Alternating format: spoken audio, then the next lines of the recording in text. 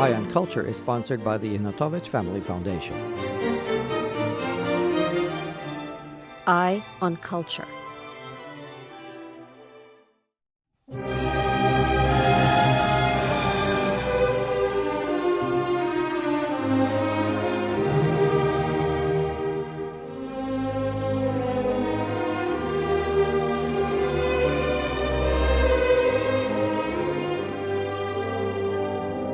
Mikhailo Hrushevsky once said that the Ukrainian political movement, in all of its aspects, had its genesis in the Cyril and Methodius Brotherhood.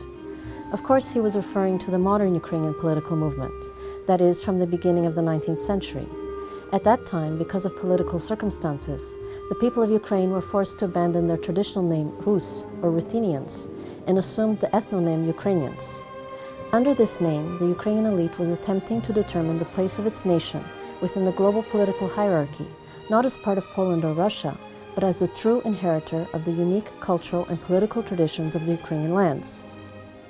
And within this context, the spirit and ideas of the members of the Cyril and Methodius Brotherhood provided the underpinnings not only for the Ukrainian political movement, but also for the very concept of Ukrainianhood as such, the concept of modern Ukrainian identity.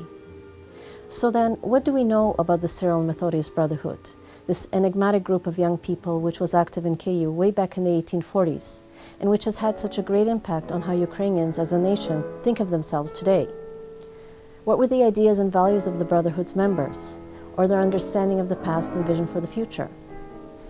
When most Ukrainians think of the Cyril and Methodius Brotherhood, perhaps their first association is with its influence on the fate of Ukraine's national poet Taras Shevchenko. After all, the arrest of Brotherhood members in 1847 led to Shevchenko's imprisonment and exile to the steppes of Central Asia, where he was prohibited from writing or painting.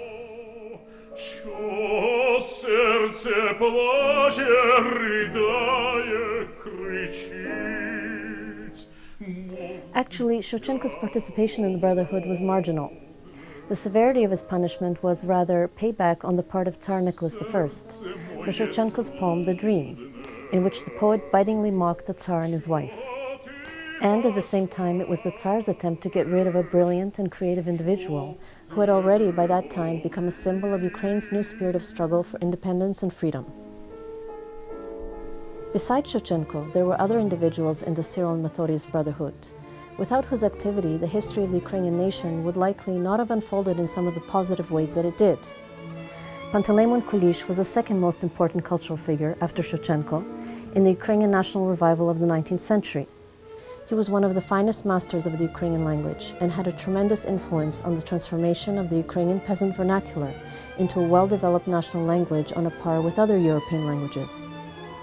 The third leading Ukrainian cultural figure of the early 19th century was Mykola Kostomarov, the founder of populist historiography not only in Ukraine but also in Russia. There were also some lesser-known figures in the Brotherhood. These were talented and important individuals who, because of their arrest, exile, or persecution, were never able to achieve the heights of their potential.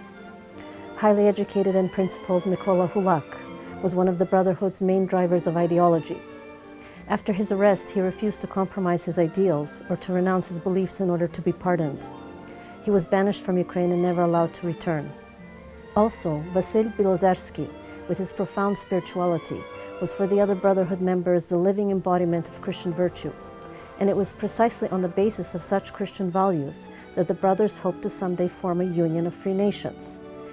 And there were many other individuals who also figured prominently in the Brotherhood. The Brotherhood's ideological Bible was the books of Genesis of the Ukrainian people.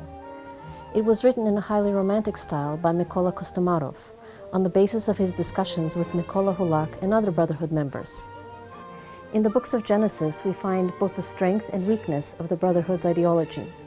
That is, the strength of its noble idealistic vision, and the weakness and nebulousness of its ideas regarding practical applications of its ideology.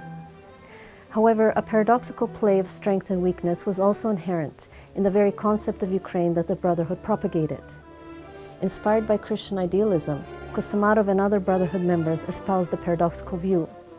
They believed that the source of the Ukrainian nation's power was that which outwardly seemed to be its greatest weakness, that is, the country's lack of a powerful autochthonous aristocracy. They held that Ukraine must distance itself from the very idea of a nobility, the social class that had a leadership position in other countries, in order to create a classless society, a nationwide brotherhood of equal and free people. Interestingly, the brothers themselves, with the sole exception of Taras Shevchenko, came from noble or middle-class families. The fundamental principle, then, underlying the Brotherhood's idea of Ukraine's future social order was the resurrection of the egalitarian paradigm of the Cossack Zaporozhian Sich. Thus, Ukrainians were supposed to bring into the European context of the time, that is, to a Europe of centralized empires, a new social order, in which there will be neither Tsar nor Tsarevich, neither Tsarivna nor prince, neither count nor baron, neither serf nor slave. According to the ideology of the Cyril and Methodius Brotherhood, Ukrainians were supposed to follow Christ's example, who, through seemingly weak humility and self-sacrifice, was able to conquer great empires, and they were to exert a positive influence on Europe, first and foremost on the Slavic nations, through their inherent devotion to the principles of freedom and tolerance and their inborn piety. Kyiv was to become the capital of a federation of free Slavic nations.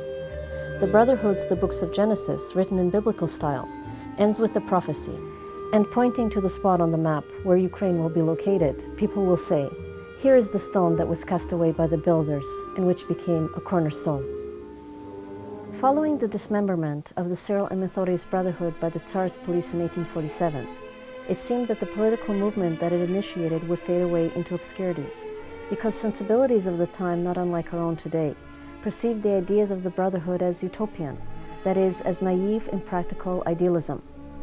At the same time, these seemingly unrealistic ideals soon became the cornerstone of a much broader Ukrainian hromada or community movement, which later already profoundly shaped Ukraine's cultural and political future.